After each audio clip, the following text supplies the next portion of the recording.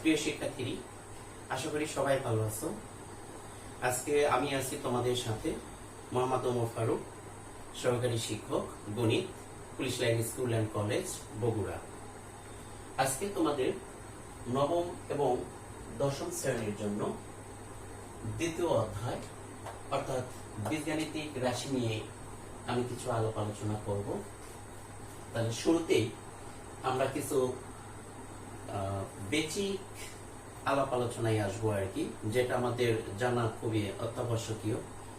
তো শুরুতেই চলক এর সাথে পরিচয় হব। চলক কি বা কাকে বলে? কোনো বীজগাণিতিক রাশিতে ব্যবহৃত অক্ষর প্রতীককে চলক বলে। যেমন 3x + 4। তাহলে এখানে 3x + 4 রাশিটি চলক হলো x। এখানে মূলত একটি চলক ব্যবহার করা হয়েছে। চলক প্রধানত x, y, z হিসেবে ব্যবহার করা হয়ে থাকে। তো আমি এখানে একটি চলক তোমাদেরকে দেখালাম আর কি।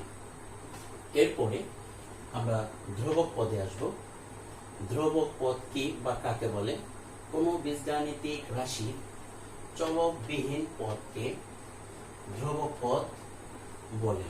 অর্থাৎ চলকবিহীন, অর্থাৎ যার সাথে চলক নেই বা থাকবে না, সেটি হচ্ছে আমাদের ধ্রুবক পদ। যেমন 9x² + 3x + 5। এখানে আমরা দেখতে পাচ্ছি যে 5 এর সাথে কোনো চলক নেই, অথবা চলক থাকলেও তার মাত্রা বা তার পাওয়ার শূন্য হিসাবে রয়েছে আর কি। সুতরাং এখানে আমাদের ধ্রুবক পদ হচ্ছে 5। তাহলে এখানে রাশিটির ধ্রুবক পদ হলো 5। এরপরে বহুপদী। বহুপদী কি বা কাকে বলে? এটি আমাদের জন্য খুবই গুরুত্বপূর্ণ, এটি পরীক্ষায়ও আসে বারবার। তাহলে বহুপদী কাকে বলবো? বহুপদী বিশেষ ধরনের বীজগাণিতিক রাশি। তাহলে বহুপদী এক প্রকারের বীজগাণিতিক রাশি। এই রাশিতে আলাদা কিছু বৈশিষ্ট্য লক্ষ্য করা যাবে, যেহেতু বলা হচ্ছে বিশেষ ধরনের বীজগাণিতিক রাশি, বিশেষ ধরনের। তাহলে কেমন হবে সেটি? এরূপ রাশিতে এক বা একাধিক পদ থাকে। একটি পদও থাকতে পারে, একের অধিক পদও থাকতে পারে, এবং পদগুলো এক বা একাধিক চলকের শুধুমাত্র অঋণাত্মক পূর্ণসাংখ্যিক ঘাত ও ধ্রুবকের গুণফল হয়। তাহলে এই কথাটা থেকে আমরা একটু ভালো করে বোঝার চেষ্টা করব। শিক্ষার্থীরা তোমরা ভালো করে খেয়াল করবে, এখানে এক বা একাধিক, তাহলে একটি পদও থাকতে পারে, একের অধিক দুইটি বা তিনটি পদ থাকতে পারে। সেই সাথে এক বা একাধিক, একটিও চলক থাকতে পারে, একের অধিক দুইটি বা তিনটিও চলক থাকতে পারে। এরপর বলা হয়েছে শুধুমাত্র অঋণাত্মক পূর্ণসাংখ্যিক। অঋণাত্মক অর্থাৎ হচ্ছে শূন্য থেকে শুরু করে ধনাত্মক দিকে যেতে হবে শুধুমাত্র। তাহলে অঋণাত্মক পূর্ণসাংখ্যিক ঘাত ও ধ্রুবকের গুণফল হয়। তার মানে বোঝা যায় পূর্ণসাংখ্যিক মানে পূর্ণ সংখ্যা হবে, এবং অঋণাত্মক মানে ঋণাত্মক কোনো চিহ্নযুক্ত মাত্রা বা ঘাত এখানে থাকবে না। তাহলে আমরা একটা উদাহরণ দেখি। এখানে একটি উদাহরণ দিয়েছি আমি, 3x⁵ + x⁴ + 5x² + 3। তাহলে এটি একটি আমাদের বিশেষ ধরনের বীজগাণিতিক রাশি। কেন বিশেষ ধরনের বীজগাণিতিক রাশি? এর মাত্রা এখানে হচ্ছে 5, অর্থাৎ চলকের ঘাত এখানে x⁵, x⁴, 5x² এখানে 2, এখানে 4, এখানে হচ্ছে 5। তাহলে প্রত্যেকটা পাওয়ারই এখানকার আমাদের ধনাত্মক এবং পূর্ণ সংখ্যা। সুতরাং শুধুমাত্র অঋণাত্মক পূর্ণসাংখ্যিক, এই কথার সাথে আমাদের এখানে মিল রয়েছে। আর এটাতে আমাদের চলক রয়েছে, চলকের ঘাত 0 রয়েছে, অসুবিধা নেই। তাহলে এই ধরনের বীজগাণিতিক রাশিকে আমরা বহুপদী বলতে পারবো, যার চলকের ঘাতগুলো আমাদের পূর্ণসাংখ্যিক হবে এবং হচ্ছে অঋণাত্মক হবে। এরপরে আমরা পাশের উদাহরণটা একটু দেখে নিই। পাশের উদাহরণটাতে x⁻³ + 2x⁻³ + 3x + 7। তাহলে এখানে চলকের ঘাত বা পাওয়ার আমাদের -3, এখানে চলকের ঘাত আমাদের হচ্ছে ভগ্নাংশ সংখ্যা অর্থাৎ 3/2। সুতরাং এই ধরনের বীজগাণিতিক রাশি আমাদের বহুপদী হতে পারবে না, কারণ চলকের ঘাত ঋণাত্মক এবং ভগ্নাংশ কখনোই হতে পারবে না। তাহলে এটা হচ্ছে আমাদের বহুপদী। তাহলে বহুপদী এক ধরনের বীজগাণিতিক রাশি হবে, যে রাশির চলকের মাত্রা বা পাওয়ার বা ঘাত কখনোই ঋণাত্মক হবে না এবং সর্বদাই হচ্ছে পূর্ণ সংখ্যা হবে। তাহলে এরূপ রাশিকে আমরা বহুপদী রাশি হিসাবে বিবেচনা করব আর কি। এরপর একটি বহুপদীকে আদর্শ রূপে প্রকাশ ও এর মুখ্য পদ, মুখ্য সহগ, মাত্রা এবং ধ্রুবক পদ নির্ণয়। তাহলে প্রথমেই যেটি একটি বহুপদী আমাদের থাকবে, ওই বহুপদী থেকে আমরা তার মুখ্য পদ, মাত্রা, মুখ্য সহগ এবং ধ্রুবক পদ কোনটা হবে, কিভাবে হবে সেটা আমরা নির্ণয় করব আর কি এখান থেকে। তাহলে যেমন আমরা একটা বহুপদী এখানে লিখেছি, তোমরা খুব ভালো করে খেয়াল করে দেখো এটি একটি বহুপদী। তাহলে যে বীজগাণিতিক রাশিটি লিখবো সেটি প্রথমে আমাদের বহুপদী হবে। তাহলে বহুপদীটা আমরা কেমনে বুঝবো বা কেমনে বুঝতেছি, এখানে চলকের মাত্রা, এই যে চলকের যে পাওয়ার গুলো রয়েছে সেগুলো আমাদের সর্বদাই ধনাত্মক হবে এবং হচ্ছে পূর্ণ সংখ্যা হবে। তাহলে সেই অনুসারে আমাদের এটি একটি বহুপদী। আচ্ছা, এই বহুপদীতে আমাদের চলকের সর্বোচ্চ ঘাত যেই পদে থাকে, চলকের সর্বোচ্চ ঘাত বা পাওয়ার যেই পদে থাকে সেই পদকে বলা হবে হচ্ছে আমাদের মুখ্য পদ। তাহলে এখানে -5x⁴ কে বলা হবে বহুপদী হচ্ছে আমাদের মুখ্য পদ। তাহলে দেখো আমি এখানে লিখেছি যে এই বহুপদীর মুখ্য পদ হবে -5x⁴। তাহলে আমরা কিভাবে সেটি বুঝতেছি বা কিভাবে আমরা বুঝতে পারছি যে কোনো একটা বহুপদীতে চলকের সর্বোচ্চ ঘাত বা পাওয়ার যেখানে আছে আমরা ঠিক সেই পদে চলে আসব। তাহলে সেই পদটাই হবে হচ্ছে আমাদের মুখ্য পদ। তাহলে -5x⁴। এরপরে বলা হলো যে মুখ্য সহগ। তাহলে মুখ্য সহগটা কি? এই বহুপদী মুখ্য সহগ হবে -5, শুধুমাত্র -5। এটা চলকটা বাদ দিয়ে তার সাথে যা থাকবে সেটাই হবে হচ্ছে আমাদের মুখ্য সহগ। তাহলে মুখ্য সহগ পাচ্ছি -5। এরপরে এই বহুপদীর মাত্রা হবে 4। তাহলে মাত্রা কাকে বলে? কোনো বহুপদীর, যে কোনো বহুপদীর ক্ষেত্রে চলকের সর্বোচ্চ ঘাতকে তার মাত্রা বলা হবে। চলকের হচ্ছে সর্বোচ্চ বা সবচেয়ে বড় পাওয়ারকে, ঘাতকে মাত্রা বলা হবে। তাহলে এখানে পাওয়ার হিসেবে আমাদের এই x এর পাওয়ার রয়েছে এখানে 1, এখানে রয়েছে 2, এখানে রয়েছে আমাদের 3, এখানে রয়েছে আমাদের হচ্ছে 4। তাহলে চলকের সবচেয়ে বড় ঘাত এটি পাচ্ছি আমরা, 4 পাচ্ছি। সুতরাং এই বহুপদী মাত্রা হবে হচ্ছে আমাদের 4। এরপরে ধ্রুবক পদ, এই বহুপদী ধ্রুবক পদ হবে 6। এটা আমরা পূর্বেই জানলাম যে কোনো একটি বহুপদী বা বীজগাণিতিক রাশি চলকবিহীন পদকে বলা হচ্ছে ধ্রুবক পদ। তাহলে এখানে ধ্রুবক পদ আমাদের কত পাচ্ছি? 6 পাচ্ছি। আচ্ছা, এই ছিল হচ্ছে বহুপদী থেকে মুখ্য পদ, মুখ্য সহগ, মাত্রা এবং হচ্ছে ধ্রুবক পদ নির্ণয়। এরপরে আমরা আসি আদর্শ রূপে হচ্ছে প্রকাশ। কিসে সেটি আদর্শ রূপে প্রকাশ? একটি বহুপদীর আদর্শ রূপে প্রকাশ। তাহলে চলকের ঘাত আমাদের অধক্রম অনুসারে সাজানোর নাম হচ্ছে আদর্শ রূপে প্রকাশ। অর্থাৎ সর্বপ্রথমেই দেখো তোমরা এখানে খুব ভালো করে খেয়াল করো, পাওয়ার রয়েছে 5, এখানে পাওয়ার রয়েছে 4, এখানে পাওয়ার রয়েছে 3, এখানে পাওয়ার রয়েছে 2, এখানে পাওয়ার রয়েছে হচ্ছে 1। তাহলে কোন বহুপদী বা বীজগাণিতিক রাশি চলকের মাত্রা গুলোকে অধক্রম অনুসারে সাজানোর নাম হচ্ছে ওই বীজগাণিতিক রাশি বা বহুপদীর হচ্ছে আদর্শ রূপ। অর্থাৎ অধক্রম মানে কি? সবচেয়ে বড়টা প্রথমে থাকবে, ক্রমান্বয়ে ধীরে ধীরে ছোট হতে থাকবে আর কি। তাহলে এরকম সাজানোর নাম হবে আমাদের আদর্শ রূপ। যেমন নিচে আরেকটি দিয়েছি আমি এখানে, এটি আদর্শ রূপ নয়। প্রথমে চলকের পাওয়ার আছে 2, তারপরে চলকের পাওয়ার আছে এখানে 4, তারপরে এখানে 5। তাহলে আমাদের এটা সর্বপ্রথমে থাকবে, তারপরে এটা থাকবে, তারপরে এটা থাকবে। তাহলে এরকম করে বড় থেকে ধীরে ধীরে ছোটর দিকে ক্রমান্বয়ে সাজানোর নাম হবে কোন বহুপদীর আদর্শ রূপ। তাহলে সেই অনুসারে এটি আমাদের বহুপদীর আদর্শ রূপ, বাট এটি বহুপদীর আদর্শ রূপ নয়। এরপরে আমরা আসি দুইটি বহুপদীর যোগফল, বিয়োগফল এবং গুণফল সর্বদাই বহুপদী হয়।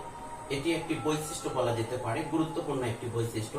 বহু নির্বাচনীতে আমাদের বারবার আসে এই কোশ্চেনগুলো, যে দুইটি বহুপদীর যোগফল, বিয়োগফল এবং গুণফল সর্বদাই বহুপদী, কিন্তু ভাগফল বহুপদী হতেও পারে আবার নাও হতে পারে। তার মানে যে কোনো একটি বহুপদী বা একাধিক বহুপদী যদি যোগ করা হয় সেটি বহুপদী থাকবে। তারপরে বিয়োগফল, দুইটি বহুপদীর বিয়োগফল বহুপদী থাকবে। দুইটি বহুপদীর গুণফল সেটি বহুপদী থাকবে। তবে ভাগফল বহুপদী থাকতেও পারে, নাও থাকতে পারে, এই কথাটি বলা হয়েছে। তাহলে এই থেকে আমরা বুঝি যে বহুপদী সর্বদাই আমাদের ধনাত্মক মাত্রার হয়ে থাকে আর কি, যেহেতু এখানে ভাগফল বহুপদী হতেও পারে আবার নাও হতে পারে। এখানকার চলক, ধ্রুবক পদ, বহুপদী এবং বহুপদীর কিছু বৈশিষ্ট্য, যেমন বহুপদী থেকে আমরা নির্ণয় করতে পারছি যে মুখ্য পদ, মুখ্য সহগ, মাত্রা, ধ্রুবক পদ এবং একটি বহুপদীকে কিভাবে আদর্শ রূপে সাজানো হয় বা সাজানো যায়। তারপরে বলছিলাম যে দুইটি বহুপদীর যোগফল, বিয়োগফল, গুণফল সর্বদাই বহুপদী হয়, কিন্তু ভাগফল বহুপদী হতেও পারে, নাও হতে পারে। এই ছিল মোটামুটি এখানকার কিছু বৈশিষ্ট্যমূলক কথা। আমরা দেখব যে নিচের কোনগুলো বহুপদী চিহ্নিত করো। তাহলে এখানে আমি কয়েকটি বহুপদী লিখেছি বা বীজগাণিতিক, এখানে কয়েকটি বীজগাণিতিক রাশি লিখেছি মূলত। সেগুলোর মধ্যে কোনটি বহুপদী হবে আর কোনটি হবে না আমরা একটু দেখি। প্রথমটাতে রয়েছে 7 - 3x²। তাহলে এখানে চলকের ঘাত আমাদের যেটা সেটা পূর্ণ সংখ্যায় আছে এবং হচ্ছে ধনাত্মক, সুতরাং এটি একটি বহুপদী, অর্থাৎ 1 নম্বর আমাদের একটি বহুপদী। 2 নম্বরের দিকে আমরা তাকাই, x³ মাইনাস হচ্ছে x⁻²। তাহলে এটি আমাদের বহুপদী হবে না। কিসের কারণে বহুপদী হবে না? আমাদের ডেফিনিশনে বলা ছিল, সংজ্ঞায় বলা ছিল যে x⁻², অর্থাৎ হচ্ছে ঋণাত্মক কোনো পাওয়ার আসতে পারে না। তাহলে সুতরাং এটি আমাদের বহুপদী হবে না। এরপরে আমরা 3 নম্বরে আসি, c² - 2/c মাইনাস হচ্ছে 3, এটাও আমাদের বহুপদী হবে না, কারণ এখানে c কে যদি নিচ থেকে আমরা উপরে উঠাই নিয়ে যাই তাহলে ইনভার্স হয়ে যাবে c⁻1, অর্থাৎ এই পদটি দাঁড়াবে আমাদের c² - 2c ইনভার্স মাইনাস হচ্ছে 3, অর্থাৎ এমনটি দাঁড়ায় আর কি, এই পদটি আমাদের দাঁড়াবে c² - 2c ইনভার্স মাইনাস হচ্ছে 3। সুতরাং এটি আমাদের বহুপদী নয়, এটি একটি জাস্ট বীজগাণিতিক রাশি। এরপরে আমরা 4 নম্বরে আসি, 3√n-5 দিয়েছি এখানে, এটি আমাদের বহুপদী হবে না, কারণ n-5 এর পাওয়ারটা, আমাদের রুটের পাওয়ারটা আমরা জানি যে হাফ হয়ে যায় আর কি পাওয়ার হিসাবে। তাহলে সুতরাং n-5 এর পাওয়ার যদি হাফ হয় তাহলে হাফ আমাদের পূর্ণ সংখ্যা নয়, আমাদের একটি ভগ্নাংশ সংখ্যা। আমরা একটু দেখি এটা, 3 × n-5 whole to the power n, যেহেতু এখানে চলক n হিসেবে ব্যবহৃত হয়েছে, সুতরাং n-5 এই রাশিটির পাওয়ার আমাদের হাফ দাঁড়াচ্ছে। তাহলে এখানে একটি ভগ্নাংশ সংখ্যা পাওয়ার হিসেবে আমাদের আসছে, সুতরাং এটি আমাদের হতে পারে না। তাহলে আমরা বুঝলাম যে কোন বহুপদীগুলো আমাদের, কোন বীজগাণিতিক রাশিগুলো বহুপদী আর কোনগুলো নয়। এরপরে নিচে বহুপদীগুলো চলকের সংখ্যা ও মাত্রা নির্ণয় করো। তাহলে চলকের সংখ্যা এবং মাত্রায় আমরা চলে আসি। প্রথম যে বহুপদীটি আমরা লিখেছি সেই বহুপদী আমরা কি দেখতে পাই, x³ + 10x² + 3x + 5। তাহলে এখানে চলক হিসেবে ব্যবহার করেছে মাত্র একটি অক্ষর, অর্থাৎ x এখানে চলক হিসেবে ব্যবহৃত হয়েছে। আর এর মাত্রা হবে, মাত্রা কত হবে? আমি বলছিলাম যে কোনো একটি বীজগাণিতিক রাশি বা বহুপদী চলকের সর্বোচ্চ ঘাতকে তার মাত্রা বলে। তাহলে এখানে রয়েছে 3, এখানে রয়েছে 2, এখানে রয়েছে হচ্ছে 1, সুতরাং সবচেয়ে বড় এই তিনটার মধ্যে হচ্ছে এটা, অর্থাৎ 3। তাহলে এই বীজগাণিতিক বা বহুপদী রাশিটির আমাদের মাত্রা হচ্ছে 3। এরপরে এই বহুপদীতে আসি আমরা, এর চলকের সংখ্যা mn, দুইটি অক্ষর আমাদের ব্যবহৃত হয়েছে, সুতরাং চলকের সংখ্যা হবে আমাদের 2 এবং মাত্রা কত হবে? মাত্রাটা একাধিক চলক ব্যবহৃত হলে আমরা একটু ভালো করে একটু লক্ষ্য করি, তোমরা ভালো করে একটু খেয়াল করো। কোন বহুপদীতে একাধিক চলক ব্যবহৃত হলে এর মাত্রা হবে চলকের ঘাতের যোগফল। যেমন x square, y square, z square, এটি যদি একটি বহুপদী হয় বা বহুপদী হিসেবে আমরা বিবেচনা করি, তাহলে এর মাত্রা কত পাবো? এক্স ওয়াই জেড এগুলো কিভাবে রয়েছে? আমাদের গুণাকারে রয়েছে। সুতরাং এদের পাওয়ার যেগুলো রয়েছে সেই পাওয়ারগুলো বা ঘাতগুলো আমাদের যোগ করলে এই বহুপদীর মাত্রা পাবো। তাহলে এখানে বললাম এত একটি বহুপদী এবং এই বহুপদীর মাত্রা, তাহলে এখানে এক্স এর পাওয়ার কত? 2, ওয়াই এর পাওয়ার কত? এখানে 2, তারপরে জেড এর পাওয়ার কত? 2। তাহলে সবগুলো যোগ করলে আমরা এই রাশির মাত্রাটি পেয়ে যাব। তাহলে 2 + 2 + হচ্ছে 2, অর্থাৎ এখানে 6 পাচ্ছি এর মাত্রা। সুতরাং আমরা 2 নং-এ যদি এখানে আসি, তাহলে m এবং n দুটি চলক এখানে ব্যবহৃত হয়েছে এবং দুটি চলক গুণ আকারে রয়েছে। তাহলে এদের মাত্রা হবে আমাদের m এর মাত্রা বা m এর ঘাত প্লাস হচ্ছে n এর ঘাত। তাহলে এর m এর ঘাত রয়েছে 2, এখানে n এর ঘাত রয়েছে 1। তাহলে এই পদের আমাদের মাত্রা পাচ্ছি বা পাওয়ার পাচ্ছি 3। সুতরাং এখানে m এর পাওয়ার রয়েছে 1, n এর পাওয়ার রয়েছে 2। তাহলে এটিও যদি আমরা যোগ করি 2 আর এখানে 1, তাহলে যোগ করলে আমরা এরও মাত্রা পাচ্ছি হচ্ছে 3। সুতরাং এই বহুপদীর মাত্রা হবে হচ্ছে আমাদের 3 হবে মাত্রা। পরেরটাতে আসি আমরা 3 নম্বরে 3xyz। এখানে 3 আমাদের হচ্ছে একটি সহগ সংখ্যা।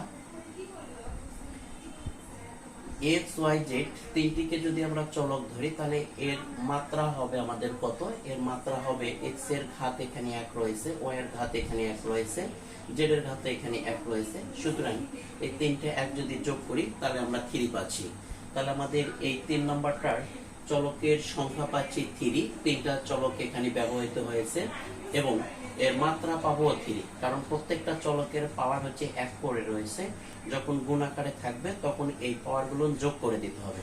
তাহলে যোগ করে দিলে পাবো হচ্ছে আমরা এই পদের মাত্রা পাবো 3। এরপরে 4 নাম্বারটা একটু ভালো করে আমরা খেয়াল করি। এখানেও চলক 3টি রয়েছে, a b c, এবং এর মাত্রা কত হবে? এর মাত্রা হচ্ছে 2, b এর মাত্রা হলো 2, c এর মাত্রা হলো 2।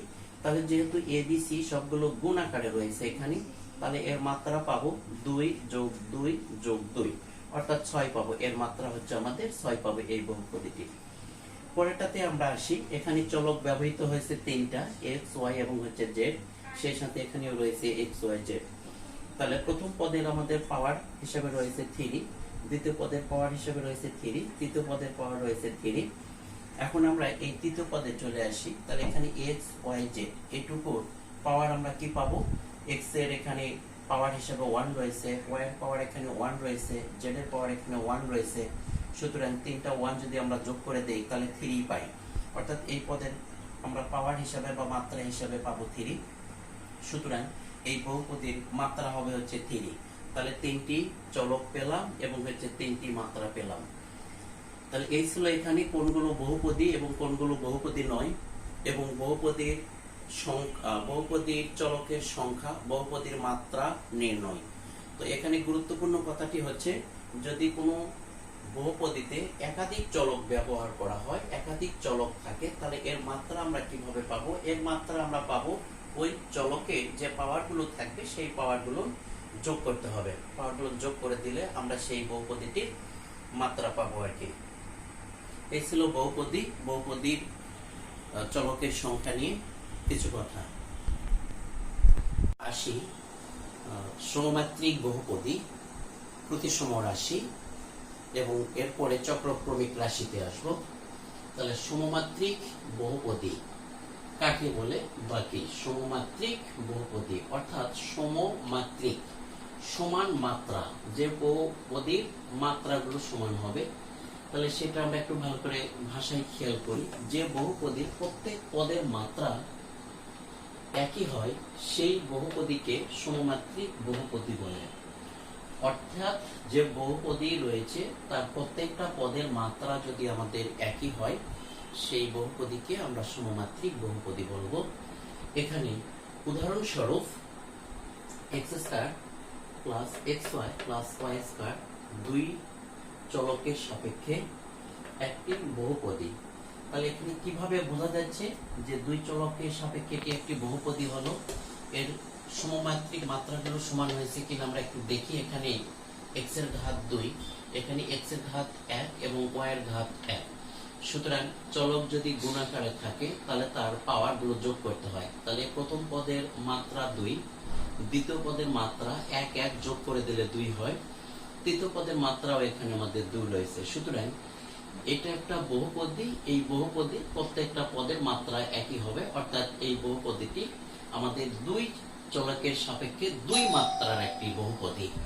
তাহলে দুই চলকের সাপেক্ষে একটি বহুপদী। এখানে x ও y দুইটি চলক, আবার এর মাত্রাও হবে হচ্ছে 2, কারণ প্রথম পদের মাত্রা 2, দ্বিতীয় পদের মাত্রাও 2 হবে 1 1, তারপরে তৃতীয় পদের মাত্রা হচ্ছে 2। তাহলে এটি একটি বহুপদী যার মাত্রা প্রত্যেক পদের মাত্রা হচ্ছে 2।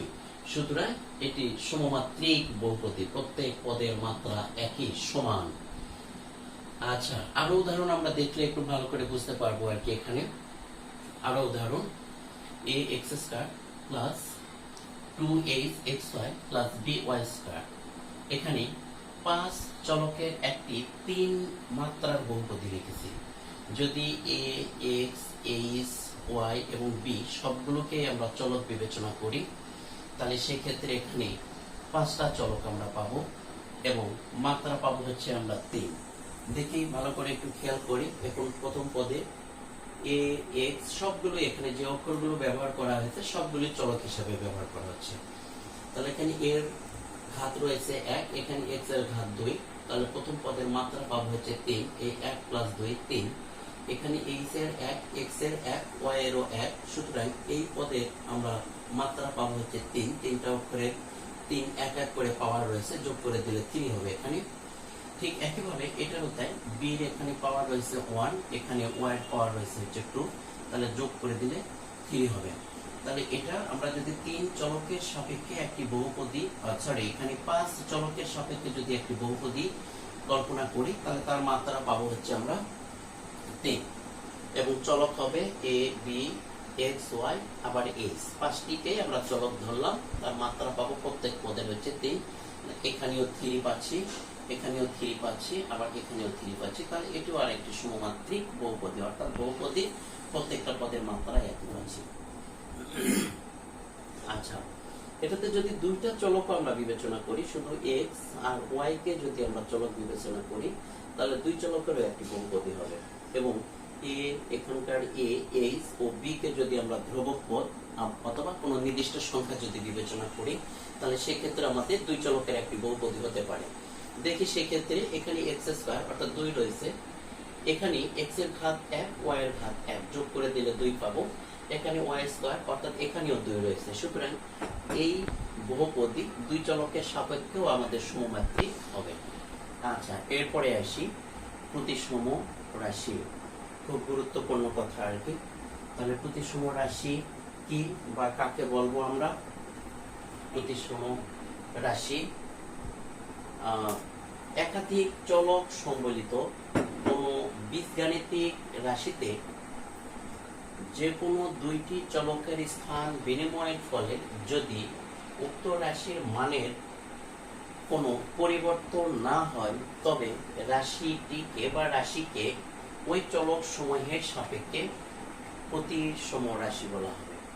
তাহলে কথাটা কি বলা হলো সেই কথা দিকে খুবই ভালো করে খেয়াল করতে হবে যে একাধিক চলক সম্বলিত, চলক একের অধিক থাকবে, 2টা থাকতে পারে, 3টা থাকতে পারে, 4টা থাকতে পারে, অসুবিধা নেই।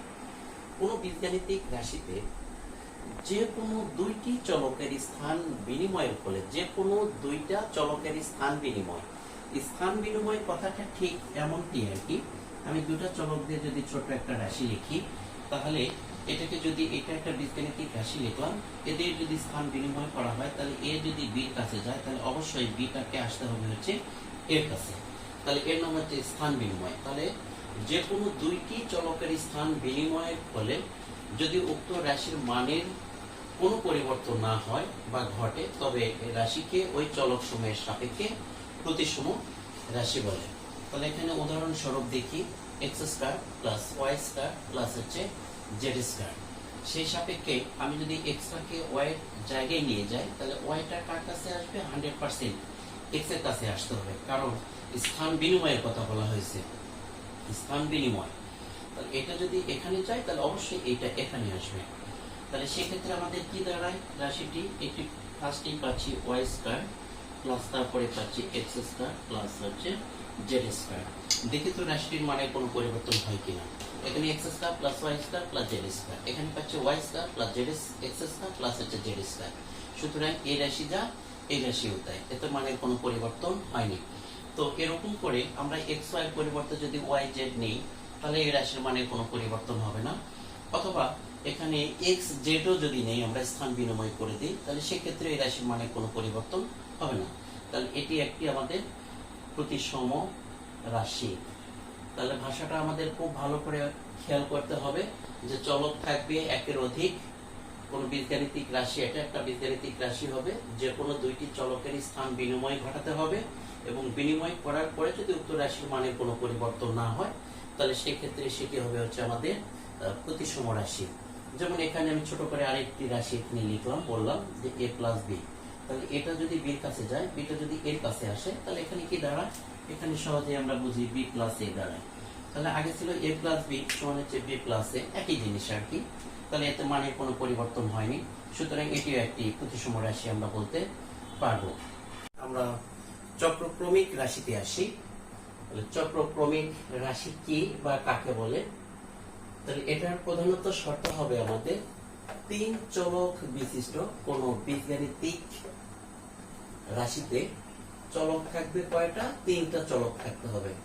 তাহলে সেই রাশিতে প্রথম চলকের স্থানে দ্বিতীয় চলক, দ্বিতীয় চলকের স্থানে তৃতীয় চলক, এবং তৃতীয় চলকের স্থানে প্রথম চলকের স্থান বিনিময়ের ফলে যদি উক্ত রাশির মানের কোনো পরিবর্তন না হয়, তবে রাশিটিকে ওই চলক সমূহের সাপেক্ষে চক্রক্রমিক রাশি বলা হবে। তাহলে আমরা এখানে তিনটি চলক পাচ্ছি, তিনটা চলককে সুন্দরভাবে আমাদের স্থান বিনিময় করতে হচ্ছে। কোন চলক কোথায় যাবে? প্রথম চলকের স্থানে দ্বিতীয় চলক আসবে, তাহলে প্রথমটার জায়গাতে দ্বিতীয়টা আসে। এরপরে দ্বিতীয় চলকের স্থানে তৃতীয় চলক, এবং তৃতীয় চলকের স্থানে প্রথম চলকের স্থান বিনিময়ের ফলে যদি উক্ত রাশির মানের কোনো পরিবর্তন না হয়, তবে রাশিটিকে ওই চলক সমূহের সাপেক্ষে চক্রক্রমিক রাশি বলা হবে। উদাহরণস্বরূপ আসি এখানে x cube plus y cube plus z cube minus 3xyz, তিনটা চলক ব্যবহার করে আমাদের যে শর্তটা ছিল এখানে তিন চলক বিশিষ্ট, তাহলে তিনটা চলক ব্যবহার করে আমরা একটা বীজগাণিতিক রাশি লিখেছি, যে রাশিতে প্রথম চলকের জায়গায়, খুব ভালো করে খেয়াল করো, প্রথম চলক এক্স, দ্বিতীয় চলক ওয়াই, তাহলে প্রথম চলকের জায়গায় দ্বিতীয় চলক আসবে। অর্থাৎ দেখো এখানে প্রথম চলকের জায়গায়, তাহলে আমাদের দ্বিতীয় চলক যদি আসে তাহলে কি দাঁড়াবে? এখানে ওয়াই কিউব দাঁড়াবে। তারপরে দ্বিতীয় চলকের জায়গায় তৃতীয় চলক, তাহলে দ্বিতীয় চলকের জায়গায় যদি আমাদের তৃতীয় চলক আসে, তাহলে এখানে কি দাঁড়াচ্ছে? জেড কিউব দাঁড়াচ্ছে। এটা যেহেতু এখানে যাচ্ছে, তাহলে জেড কিউব দাঁড়াচ্ছে। তারপরে তৃতীয় চলকের জায়গায়, তাহলে এই যে তৃতীয় চলকের জায়গায় কি আসতেছে? প্রথম চলক আসতেছে। তৃতীয় চলকের জায়গায় প্রথম চলক, ঠিক -3 প্রথম চলকের জায়গায়, প্রথম চলকের জায়গায় দ্বিতীয় চলক, তাহলে ওয়াইটা চলে আসলো। দ্বিতীয় চলকের জায়গায় তৃতীয় চলক অর্থাৎ জেডটা চলে আসলো। তৃতীয় চলকের জায়গায় প্রথম চলক অর্থাৎ এক্সটা চলে আসলো। এরপরে এই রাশিটাকে আমরা একটু সাজায় ঠিক এইভাবে লিখেছি, এবং এখানে গুণ করে দেওয়া হয়েছে, গুণ আকারেই রয়েছে। সুতরাং এতে মানের কোনো পরিবর্তন আমাদের হয় না, এই রাশি যা ঠিক এই রাশি বা এই রাশিও তাই। সুতরাং এটি হচ্ছে আমাদের একটি চক্রক্রমিক রাশি। এটি আমরা ঠিক যেভাবে একটু বিবেচনা করতে পারি, আসলে চক্রাকারে, চক্রক্রমিক মানে হচ্ছে চক্রাকারে ঘুরে আর কি। তাহলে এক্সটা যাচ্ছে ওয়াই এর কাছে, ওয়াইটা যাচ্ছে জেড এর কাছে, এবং জেড আসে এক্স এর কাছে। তাহলে এইভাবে চক্রাকার হওয়ার ফলে যদি কোনো বীজগাণিতিক রাশির মানের পরিবর্তন না ঘটে, তাহলে সেই বীজগাণিতিক রাশিকে আমরা বলবো চক্রক্রমিক রাশি। তাহলে এটি আমাদের একটি চক্রক্রমিক রাশি। এ ধরনের অসংখ্য চক্রক্রমিক রাশি আমরা পাবো। তোমরা এগুলো ভালোভাবে খুবই খেয়াল করবে আর কি। আজকে বেশ কিছু ডিফিনেশন অর্থাৎ ছোট ছোট সংজ্ঞা, কিছু উদাহরণ, বেশ কিছু বৈশিষ্ট্য নিয়ে আলাপ আলোচনা করা হলো আর কি। তোমরা এটি গুরুত্ব সহকারে দেখবে, আশা করি বুঝতে পারবে। আজ এই পর্যন্তই। সবাই ভালো থেকো, সুস্থ থেকো। আল্লাহ হাফেজ।